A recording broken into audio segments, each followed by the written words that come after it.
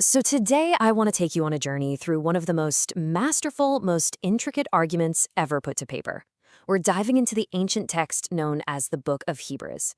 And at its heart, it's really just one long, powerful case for something better. So let's explore how the author builds this incredible argument, step by logical step. Right out of the gate, the entire argument kicks off with this grand, sweeping claim. I mean, from the very first sentence, the author isn't just making some small point.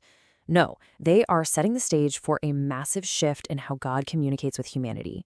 This right here, this is the bedrock for everything that's about to follow. Okay, so here's the first huge takeaway. The author's central claim is that the Son isn't just another message in a long line of messages. Not at all. He is the final, the ultimate, and the complete communication from God. The mic drop, if you will. And just listen to the language being used here. Heir of all things, express image, sat down at the right hand of majesty. You know, this isn't just pretty poetic language. This is a legal and a royal declaration. The author is meticulously, carefully establishing the supreme status of the Son. That status is going to be the benchmark for every single comparison they're about to make. And this is where the author's primary method of argument really shines.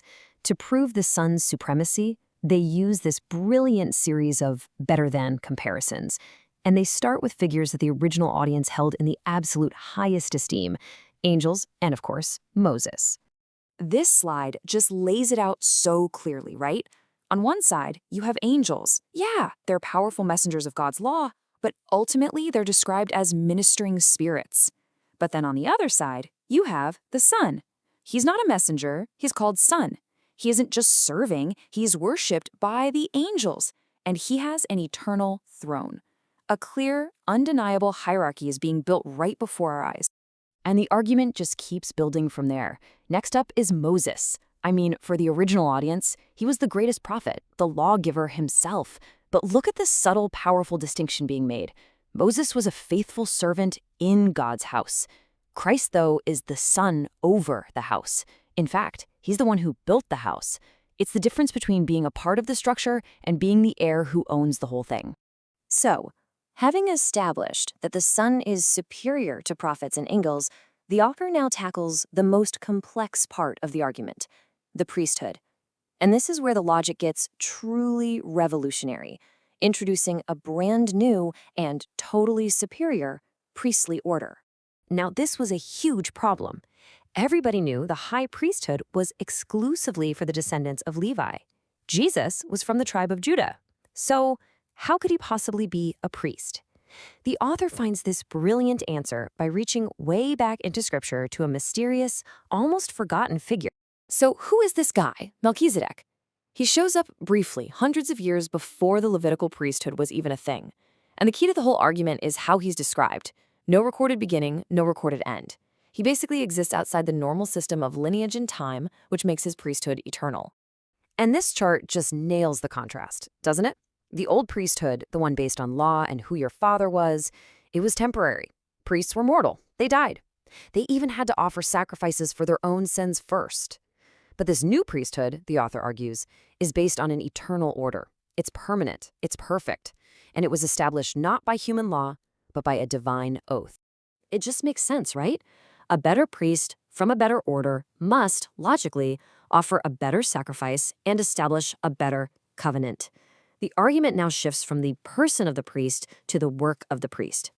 Wow, this is such a powerful metaphor. The author frames the entire old system, the tabernacle, the rituals, all of it, as just a copy and shadow. It was a physical model, kind of like a blueprint. It was a placeholder pointing toward a much bigger heavenly reality that just hadn't been fully revealed yet.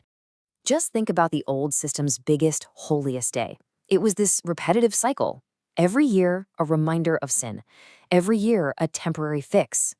The author points out that the very fact that they had to keep doing it again and again proved it couldn't solve the problem for good. It just left people in a constant loop of guilt and ritual. And this is where the argument hits its powerful climax. The author presents this stunning contrast. Instead of endless sacrifices of animals, we see one final, perfect sacrifice of the high priest himself. It's an act done once with eternal consequences. that finally does what all those shadows never could. And this ultimate sacrifice, well, it establishes a whole new covenant. According to the text, this one isn't external, written on stone tablets, but internal. It's written on our hearts and in our minds. It's a covenant of forgiveness where sins are remembered no more, making that whole old system, well, obsolete. Now, after all of that dense, deep theology, the author does something absolutely brilliant. They pivot. They move from the why, the big doctrinal case, to the how, as in, how are we supposed to live now? And they answer by presenting this breathtaking gallery of heroes. This is probably one of the most famous definitions of faith ever written. And notice it's not blind belief. It's a confident assurance, it's evidence of a reality you just can't see with your eyes yet. And this very idea becomes the theme for an entire chapter of amazing examples. And so the examples begin to roll in. The author creates this incredible rhythm, this powerful drumbeat, by repeating the phrase by faith over and over, building momentum with every single story. It starts at the very beginning of human history, with Abel. The drumbeat continues. By faith, Noah acted on a warning about a future nobody else could see, building an ark for a reality that didn't even exist yet. I mean, that's the definition of faith in action right there. By faith, Abraham trusted God's promise so completely that he was willing to sacrifice the very son that promise was supposed to come through.